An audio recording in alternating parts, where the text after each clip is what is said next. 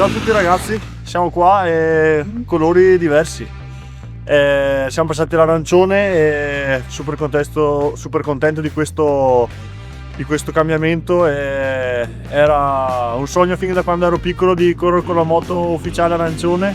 e finalmente insomma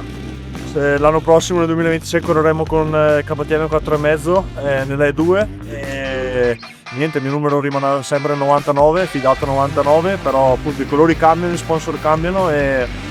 niente, siamo contenti, carichi. Oggi abbiamo fatto la prima uscita con la moto, il primo ride out e abbiamo fatto qualche test già con sospensioni, qualche pezzo hardware lo chiamiamo, e il feeling è buono, è leggermente diverso perché l'unica differenza è